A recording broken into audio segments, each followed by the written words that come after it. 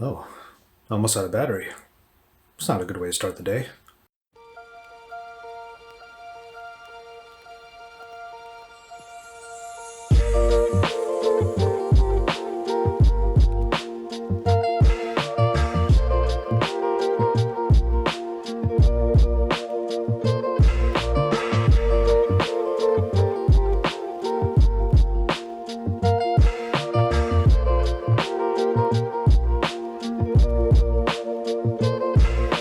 Apparently it might rain today, but rain or shine, I'm going to head out to get some dope shots with this camera, which even just from that T montage, including the microlens, I'm already pretty impressed. But before I do any of that, I gotta make sure I have enough battery life to make the trip. Now, here we are on the front-facing camera. As I'm looking at the battery percentage, I'm below 5%, and normally that would worry me. But this is an Oppo phone, so VOOC charging is a thing. Let's rewind the clock a little bit as we let the phone charge up using that SuperVOOC charging. Hey, it's Joshua Vergara. What's going on, everybody? Here we are with the Oppo Find X3 Pro in this real-world camera test. You might have noticed on social media that a lot of people have been showing off the special teaser box that was hiding the actual phone box within. Now, I decided to hold off on showing any of that until I can give you the full unboxing experience in this video. With that said, I'm super happy that you came to check out my video on this phone, as I'm sure there are a ton of other pieces of content coming out about it right now. As we get into the actual unboxing, let me know that you like seeing these pieces unravel by liking this video and by subscribing to my channel for more on Oppo's latest device. Now, first things first, the teaser box had the phone box, like I said, nestled in a unique way, ready for me to get started on enjoying the Find X3 Pro. I dive right into the first layer of the box, which has what I expect but always appreciate, an included case on top of all of the other accessories that are even more significant for reasons we'll get to in a second. You can already see from the case that there will be a unique shape to the phone with these curves that come up to meet the camera bump, and with that, the hype intensifies. We get to the phone itself, which immediately struck me as a pretty sleek and thin unit. It's easy to expect that high-end phones will get larger and larger, but the Find X3 Pro is already ergonomically pleasing as I get the plastic off. Revealed is the gloss black color, which is the more reflective colorway compared to the matte blue. By the way, you can see that phone over at Isa Does Tech. Check out Isa's video for that edition of the phone and for her camera test in the link above and also in the description below. The gloss back might be better considered like an onyx, especially with the shine and the way it is all molded together. What we used to call a camera bump is probably better considered a hump now, because it's not just something that protrudes out of the phone anymore, there are lines that literally curve up to meet it. Now, there's some serious power in this camera package, but we're going to cover that later in the video. Also included with the phone are USB-C earbuds that I admittedly probably won't use. But the rest of the included accessories are a big deal because number one, they're included at all, and number two, the charging components in particular have Oppo's SuperVOOC charging. So while the debate around included or not included accessories rages on, I think we can all agree that if you're going to include them, they better be worth it, and SuperVOOC charging definitely makes it worth it. Now, with the core of the teaser box done with, quite literally, I find extra components with a few extra goodies. First off, the teaser invitation to the phone's announcement event is kinda shiny. And then there are a couple of other cases separately packaged. The soft material gray case ends up being the one that I'm really into because the Oppo Find X3 Pro turns out to be a little bit slippery, which honestly isn't the biggest surprise given its super sleek design. So with the phone out and set up, let's go ahead and get into some high-level details about this phone. I'm already loving the design, which looks way better in real life than it ever did in those leaks and renders. As I said though, the phone can be a little bit slippery, but that's also partially because the phone is pretty thin, despite the power within. The power starts with the fantastic AMOLED display that pumps out Quad HD Plus resolution at an adaptive high refresh rate of up to 120 Hz. Oppo screens have always been pretty fantastic, and that definitely continues here. The in-display fingerprint reader gets a little low on the screen this time around, while the punch hole camera helps with the also fast face unlock. And powering all of this is the Snapdragon 888, fully expected to make this phone a powerhouse for all the work and play, from typical tasks to high-powered gaming in titles like Pascal's Wager and Genshin Impact.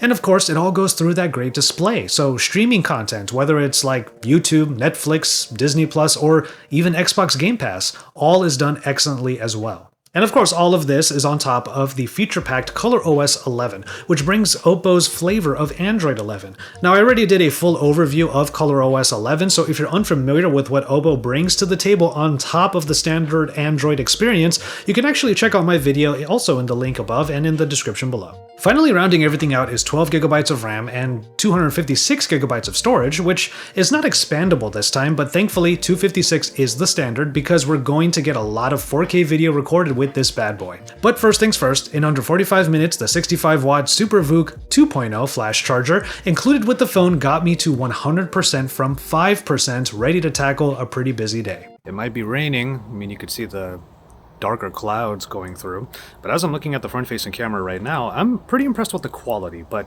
let me just put it out there, I say it with every phone, and it's still a bummer whenever it happens. There's no 4K video recording on the front. Now, I know that in a lot of ways, maybe that doesn't matter for some of you out there, but for content creators, for people who want to have flexibility with their content, and also just higher quality in general, 4K is like the badge that says that's probably going to be possible. But looking at the viewfinder right now as I'm doing this shot before I leave for the LA Arboretum, the quality's not too bad. The dynamic range is actually, it's okay. But yeah, I'm actually, in a good lighting situation, I think you can get some good video off the front.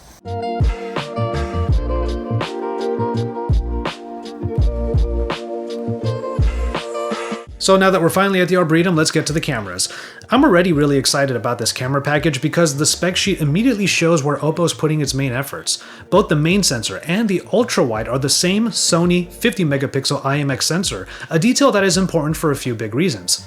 First off, it helps to ensure that the color tuning between these two highly used sensors are the same, so that you don't get any shifts when moving from one to another. And by using these two sensors in these two particular angles, Oppo also ensures that the same high quality capture can be done in what I would argue will be the most used lenses in this package. Particularly for the ultra-wide camera, the fact that it is a 50-megapixel sensor means that you can get a lot of detail in those wide shots, but it also doubles up as a macro lens, which is pretty cool. I'm on the wide angle right now.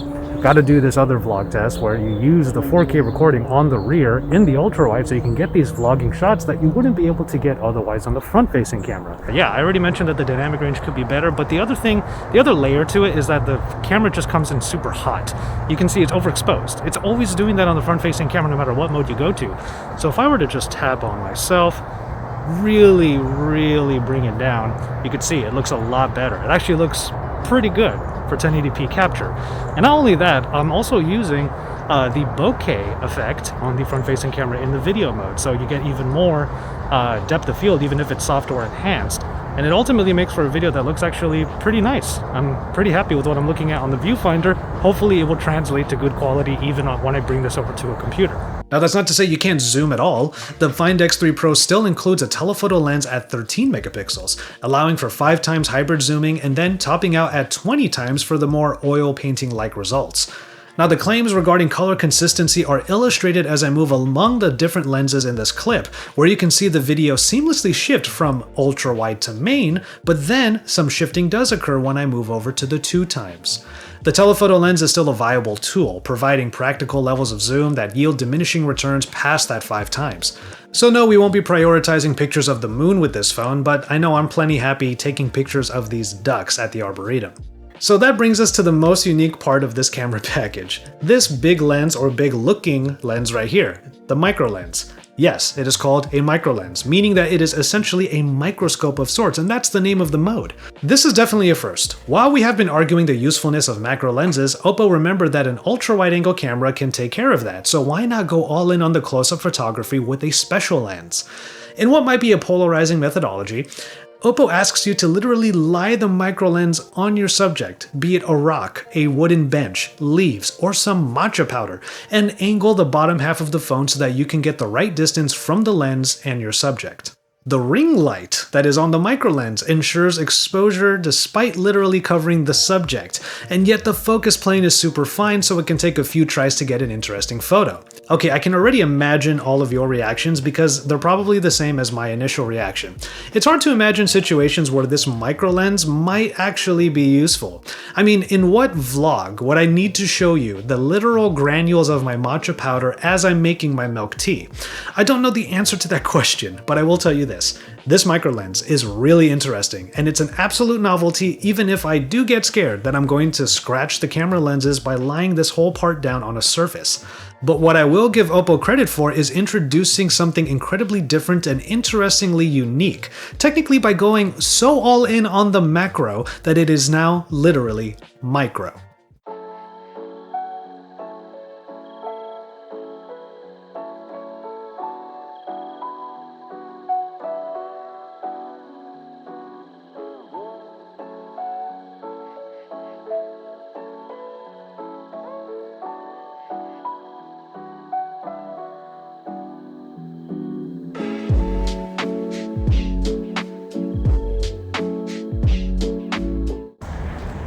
Always my favorite part about coming here. Hey duckos. Hanging out with the duckos right now. I was messing around with the main video mode, and the button for turning on the bokeh mode, also there too, not just for the front, so I suppose that's obvious. But now, hit that bokeh mode, and now we got some blurred background duckos. Now, as you could probably see, quality across the board is really great. The 50 megapixel sensors are doing their job beautifully well. The main sensor especially has a wonderful native depth of field. Of course, you can go into the Pro mode for a raw capture, or you can go into the movie mode and record a log format video so that you have full control over the coloration. Speaking of the movie mode, I'm really happy with it because it's the best way that I've ever seen manual controls organized. The most important controls are roughly around the same area as the record button itself. And you even get a numerical value to the manual focus so that you know where to stop and go in your rack focusing. On the other side, you still have important but less used features like the log format recording and a stabilization mode. This enhanced stabilization mode actually slightly crops into the footage so that you can get both OIS and EIS working together. While it will be nice to get some full control over video capture, I actually use movie modes like this to slightly lower exposure compensation. Auto modes tend to come in too hot right away, so it's nice to have the movie mode there so I can switch to it and it's already set to -0.5, so I can get better exposed 4K content pretty quickly. I'm honestly really impressed with the cameras on the Oppo Find X3 Pro. Not just because the 50 megapixel cameras are used in the focal lengths that I'll probably shoot with the most, but also because Oppo seems to have kept things somewhat simple and focused on the quality of their raw capture in the hardware. Simply put, Oppo doesn't get too lost in the software sauce by including tons of software-powered shooting modes that might not even get you the best quality results and ultimately end up collecting dust. Don't get me wrong, all of those other modes can be fun. Fun is fun, but the same amount of pleasure and accomplishment can be achieved by just having great results. In and out of the rain, a lot of driving, a lot of going around today, but it'll all be worth it. Always gotta come around here at some point. Some nice, slightly sweet matcha for a treat after a long day of vlogging with the Oppo Find X3 Pro. Microlens aside, Oppo has put together a camera package that is equal parts quality and practical. You can still zoom if you want to, and then if you really want to get nuts, take a microscope picture, and then maybe have people guess what you took a picture of. The changes in the Oppo Find X3 Pro this time around are specific, and of course have to do with the cameras. A camera that's designed well on the outside to provide the phone with a new unique style, and it is also powerful on the inside, ultimately helping the camera cap off a great experience so far with the Oppo Find X3 Pro. For more on Oppo's latest flagship, including my ultimate complaints and takeaways video, make sure you subscribe to my channel if you haven't already. With all that said, we're going to go ahead and call it on this video. Thank you so much for watching. Please take care of yourselves and each other, and enjoy your tea, everybody.